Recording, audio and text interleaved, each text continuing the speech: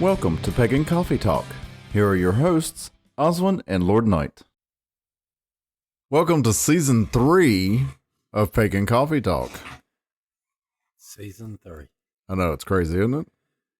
Aye. Never would have thought it would have gone this far. All right, so here's a little interesting topic that came up not too long ago.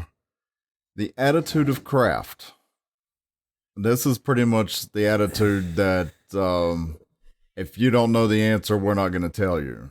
Exactly. Well, if you can't figure, it's the whole entire concept of if you can't figure it out, we're not going to help you. Okay. All right. That if you are meant to know it, you'll know it. You'll understand it.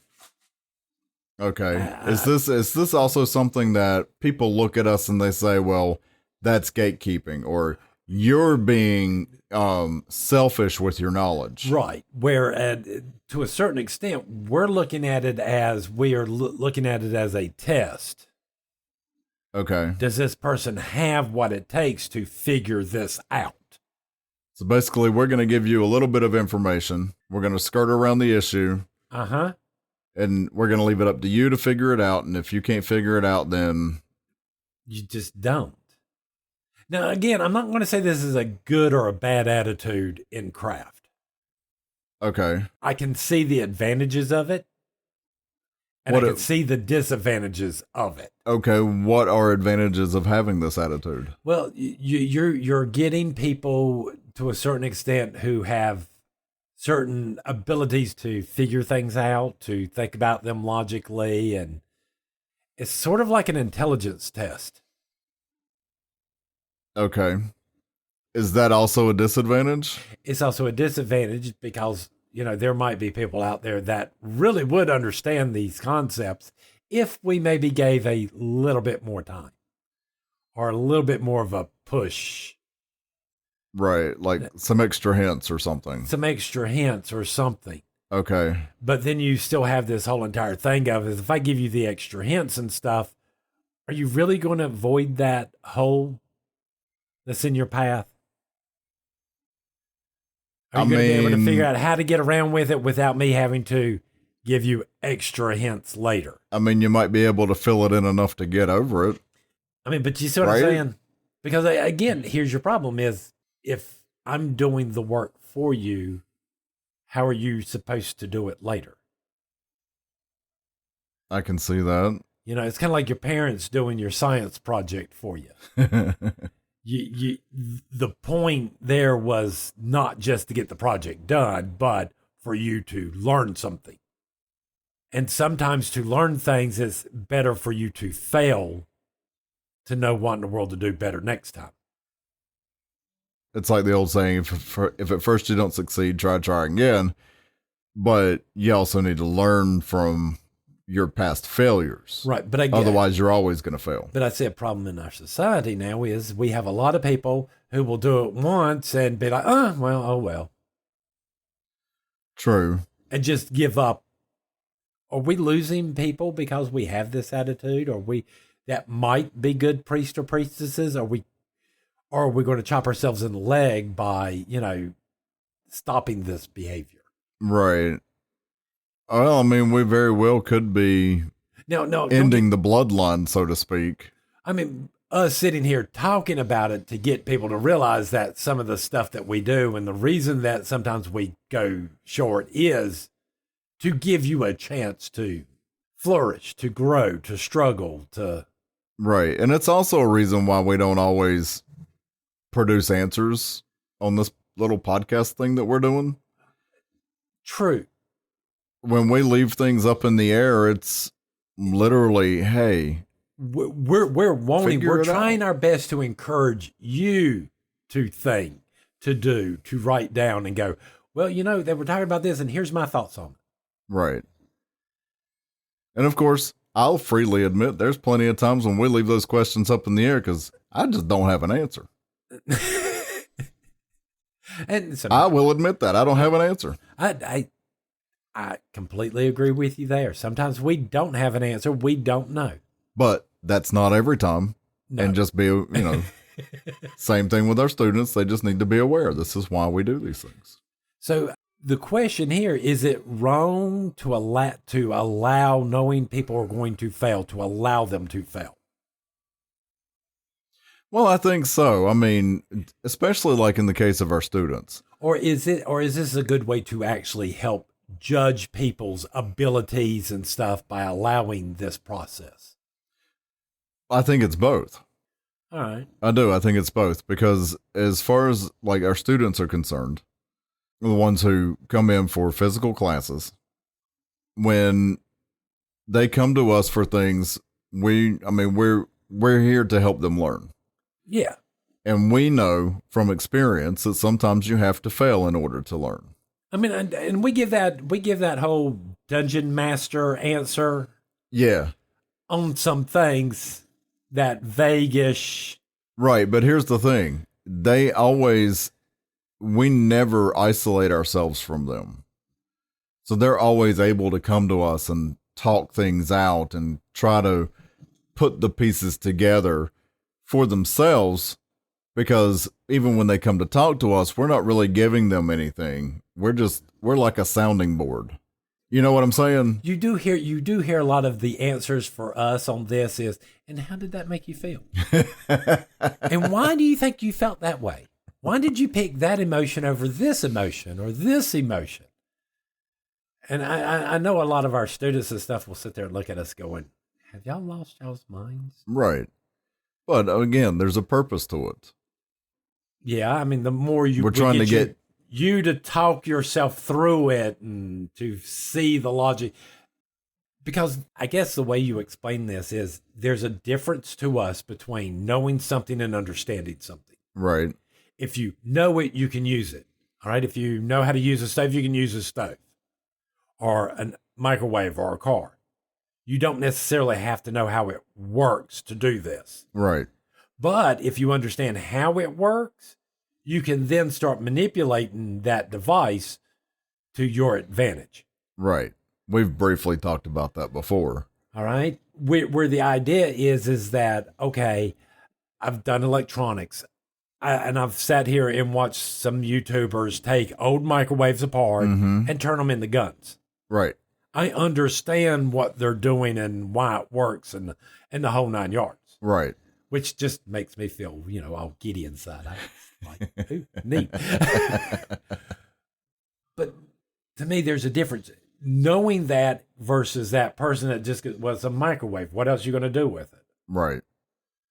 That's what we're wanting in craft. We want someone that can go that extra step to see how in the world they can manipulate this and themselves to their advantage to help them grow spiritually. Right.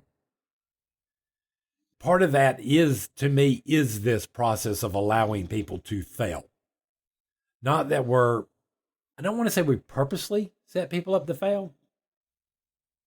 Well, sometimes we might. No, I wouldn't even say we might. We will send you down a road where we realize that there is a chance of this failure or this going wrong or that going wrong. Knowing that there is this multitude of things that could go wrong, and we're sitting back going, so which one's it actually going to be? Yeah, but that's the time when we don't really have control over what's going to happen. That's up to that person. Right. And how they handle the information, how they deal with the situation. Exactly. That's all. So, for us, it's like sitting back and just watching it unfold. Sort of enjoying the slow motion car crash. The slow motion car crash. I love that. All right. Well, see, and I know everybody's going to be sitting back, kind of get a little bit mad. Don't misunderstand me. It's funny to us because I remember all the times I was in that place. Well, yeah. And again, it's not like we're isolating ourselves from them. No. We're there to help them through this. We're just not there to do it for them. Right. We're not there to give you all the answers. We're not there to do the work for you. I mean, because our thought is, especially after you've become a first degree, you're an initiated witch. You have all the tools that you've needed. We've taught you how to meditate. We've taught you how to do all this stuff, and you have the tools to solve your own problems. Yes. Now, once you have those tools, you're expected to use them. You coming back to me going, hey, I f this up. Right. Well, you know, I cast this spell and now this happened. And, you know, what do? Well, you start cleaning up your mess, Right. you know, which involves you doing stuff that's not me. Well, what do I do? What am I supposed to do? I don't know. How about you research it? You- How about you meditate on it? Figure out what you need to do. What you need to do to put you in the better place that you need to be. Right. All right. Because again, the ultimate goal here is to train people not to need us. Not the fact that it's not a slide of, no, we don't want you around us. We hate people, blah, blah, blah. It's that, no, I shouldn't have to fix your problems. No. I mean, we'll be here for you. You're part of our family. Right. But you shouldn't have to rely on me. No, and this is one of those techniques that we use to sometimes train people. I can see where some people would look at us and go, well, that's mean. You know, what if they don't understand it exactly like you? Well, we're asking for understanding the concept. Right. And nobody's going to understand it exactly like us because nobody's like us. Exactly. I'm not like you. I don't understand things the same way you do. But we can sit back on certain concepts and go, okay, there's enough of a base here on this and this that if you get this right, I should be able to understand what you're saying, even though I don't agree with you. Right. And see how in the world you came to those conclusions that way. And vice versa. Right. There's this nice thing about this process. So again, not sure if it's a bad or a good thing, but well, and does it backfire sometimes? Yes. Yeah. Oh God, yes. Sometimes it's one of the worst decisions we've made, and we wind up losing people. It happens. But some people get upset. But I hate to be this way. Ain't that part of it though? It is. You know, if you couldn't handle this part, how are you going to handle stuff? I mean, I specifically remember there was one time where a student got so upset about something that you were trying to teach him that he threatened us. Yeah. And then probably 7 years later, he comes back and he's like, you know what? I was an ass. Yes. It happens. It happens. But again, that process he went through, I think he understands that lesson better now than he did. I certainly hope so, yeah. I certainly hope so. That, you know, we have a saying that sometimes good things happen to bad people. Sometimes bad things happen to good people. Right. Stuff happens. It's not a good or bad thing. It's not a karma thing. No. All right. Yes, there are times you could plan for every contingency there ever is, and then aliens land on your freaking back porch that you didn't plan for. It happens. Right. Well, and then too, you know, it's kind of like, I don't want to really compare it to Christianity, but Christianity is a good example of stuff like that. There are a lot of really good Christians out there. Yes. A lot of good-hearted people.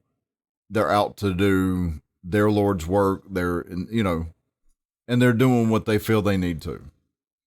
Right? Bad things happen to them all the time. Exactly. They're going to say, well, it's the Lord testing me. But they see it as a lesson that they need to learn. I mean, we sit here and talk that we are here to learn stuff. Right. And I'm sorry, learning stuff isn't always Sesame Street. No, and it's not always easy. It's not always fun. If sometimes you're not knocked down in the dirt, pick yourself up, dust it off. You gotta learn how to pick yourself up, dust yourself off, and keep going. Right.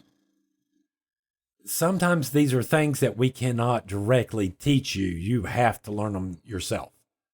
But like I said, I also see where in the world now we got more people in the world that are like, well, that's not fair.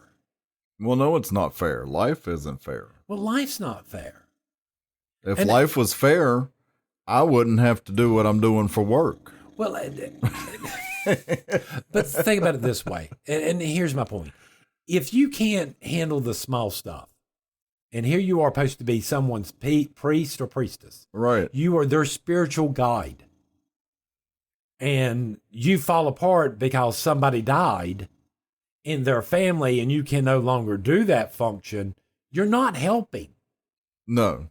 You're not doing anything. You've just completely failed this person you promised you would help.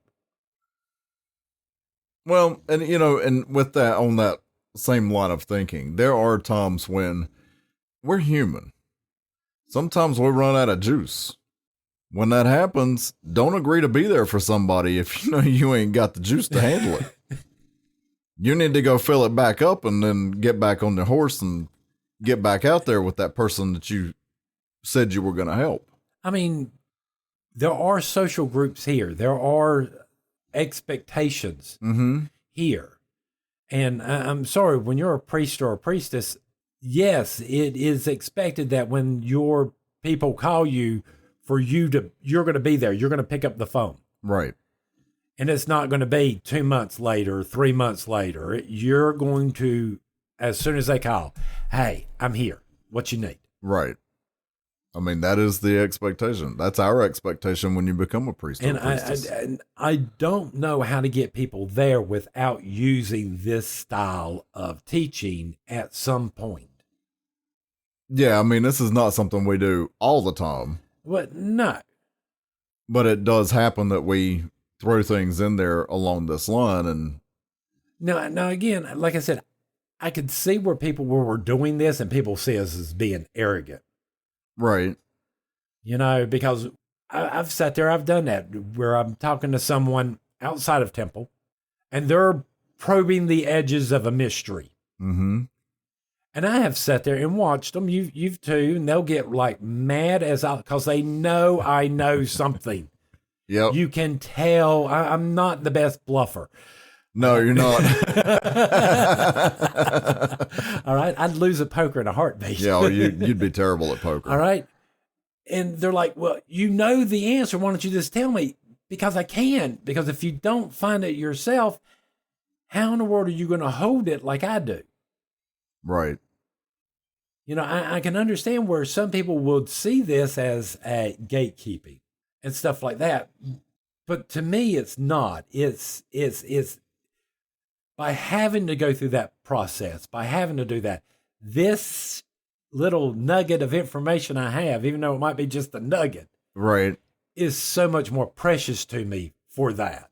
Well, it's one of those things where we've said it before. This is a mystery religion. Yes, it is. And we have two types of general mysteries. There's the kind that we can tell you. Our traditional mysteries, yes. Right. And then there are those that you need to discover. You don't have to, but you need to discover on your own. Right. If we told you what it was, it wouldn't mean anything to you. Like the whole initiation thing, the big mystery behind it is going through that process Right. in its entirety. The whole entire thing changes you in a way you don't understand just by going through it. Absolutely, yeah. All right.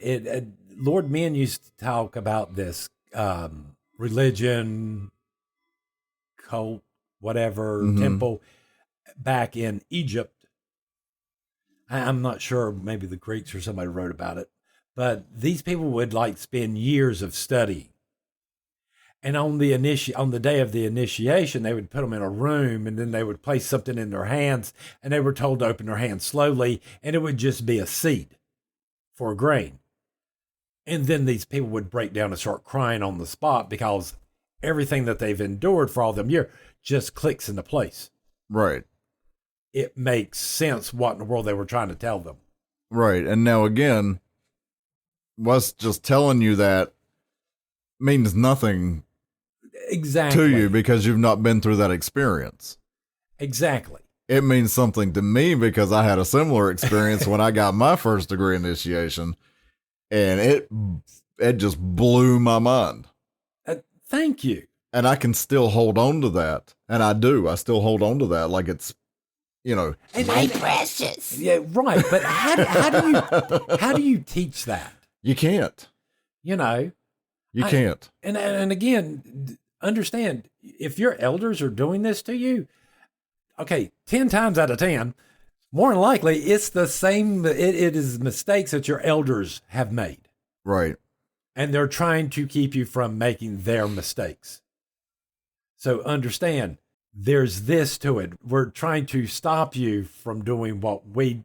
Well, yeah. And then somebody's going to say, well, then why are you throwing me into that situation?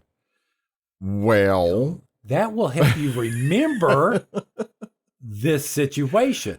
We're not doing it to make you make the same mistakes. We're doing it to kind of help you walk through that situation without making all of those mistakes. Exactly. You're going to make some, but we're trying to make sure you have the knowledge and you have the willpower to change it so that you're not making all those mistakes. And again, just like you've said before, experience is wisdom. Yes, it is. That's how we gain it. All right. At some point in craft, you can do all the studyings. It's just like you can do all the meditations and all, until the rubber meets the road. You're not going nowhere. No. I mean, reading books and all that, that's great. But until you start doing, until you start doing these rituals, until you're celebrating the gods, until you're actually doing those things on a regular basis, there's a whole world out there. Right. And trust me, the gods will teach you all freaking day long. Oh, yeah. Oh, yeah. Once you start doing, you're going to start learning a lot. All right. And you're going to make mistakes. Yep. You're going to set your priest or priestess's sleeve on fire. Probably. More than once. All right. You're going to knock the chalice over. You're going to. Or you might set your own sleeves on fire. I mean, just saying. It's going to happen. Yes, you're going to have that student that's going to sit there and face the setting sun and go, "Hail, spirits of the east." Right? It's like, excuse me? What? What? It happens.